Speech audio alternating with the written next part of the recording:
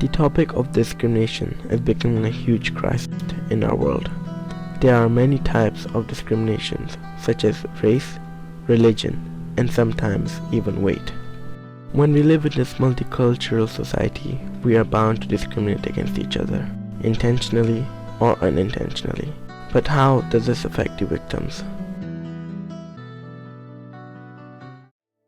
Yeah, some of my friends from school, both from the school I was at when I was 15 and 16, and some of the ones that I knew when I was in the sixth form, they were very negative about it. And actually one of them actually wrote in a student magazine that I had converted because I had a Muslim girlfriend. Now it turned out that she was actually, what he didn't know is she was actually Hindu. She converted to Islam herself after I did, but he had put it out in the public sphere that I had converted in order to kind of win her over. Actually, her parents were absolutely horrified that she became Muslim. She had a very difficult time. They actually wanted me arrested because they thought I brainwashed her. So there was some very negative stuff caused by people who'd been friends of mine. I felt really discriminated against was when I first entered the Malaysian school in Malaysia. Because before I went to Chinese school, everyone was very open to you. But then in Malay school, everyone was very judgmental towards me. Because they assumed that I was unsociable, a very scary person because I was fat, basically. And then what happened is that they ignore me for the entire term. I don't have any friends. I get called pig heads, fatty, everything,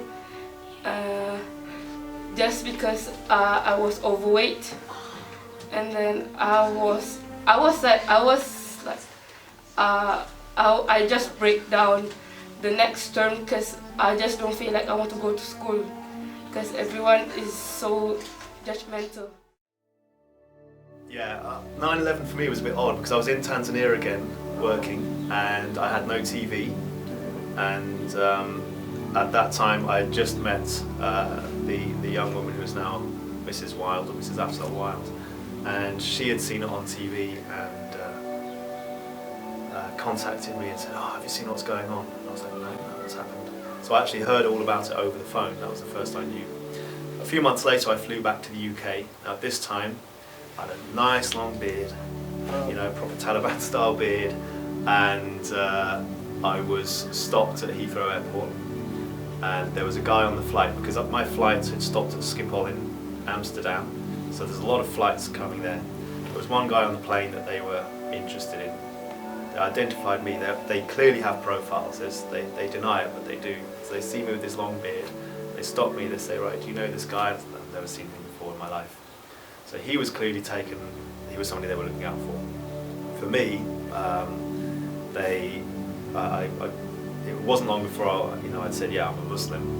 They took me away for about 2 hours in these kind of distant rooms where you see all the immigrants who've basically been denied access. You've got lots and lots of people from around the world who are basically just going to be deported.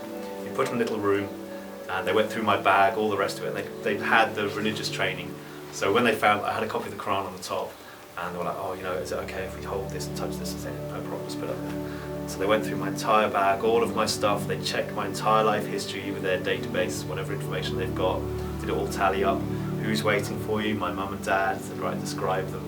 So they went upstairs to the terminal arrivals lounge, and there's my mum and dad, very respectable middle class people. And they're like, "Right, clearly this guy has not actually been fighting with the Taliban in Afghanistan." I was like, "Yeah, I'm a teacher."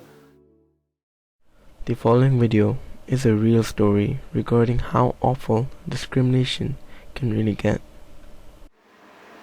In 1993 I was teaching at a school in South London, and we had a lot of sixth form students there. They'd come across from a neighbouring school to have art lessons. We had a very talented young lad who was studying A-level art because he wanted to be an architect. He was called Stephen, and he was black. Stephen was coming home from school one evening in the winter months, and he and his friend were standing at a bus stop. There was a group of boys across the road from Stephen and his friend, and there was a lot of shouting and a lot of racist language. Stephen was black, and his friend was as well.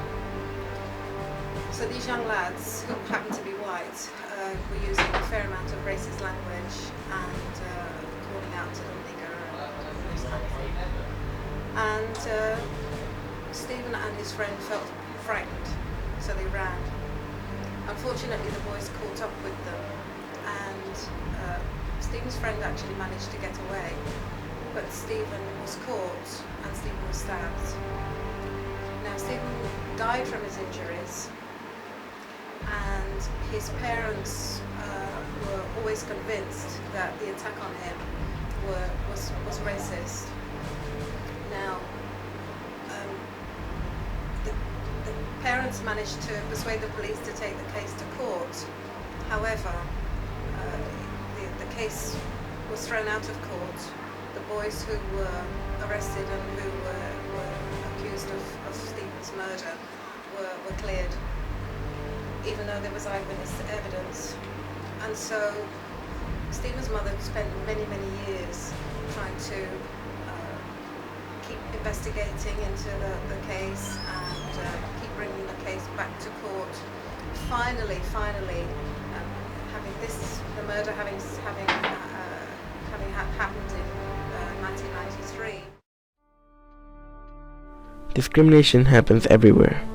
A discriminatory act can leave a scar in someone's life, and sometimes even destroy it. So if you want to start making a difference, why not just stop, stand, and spread?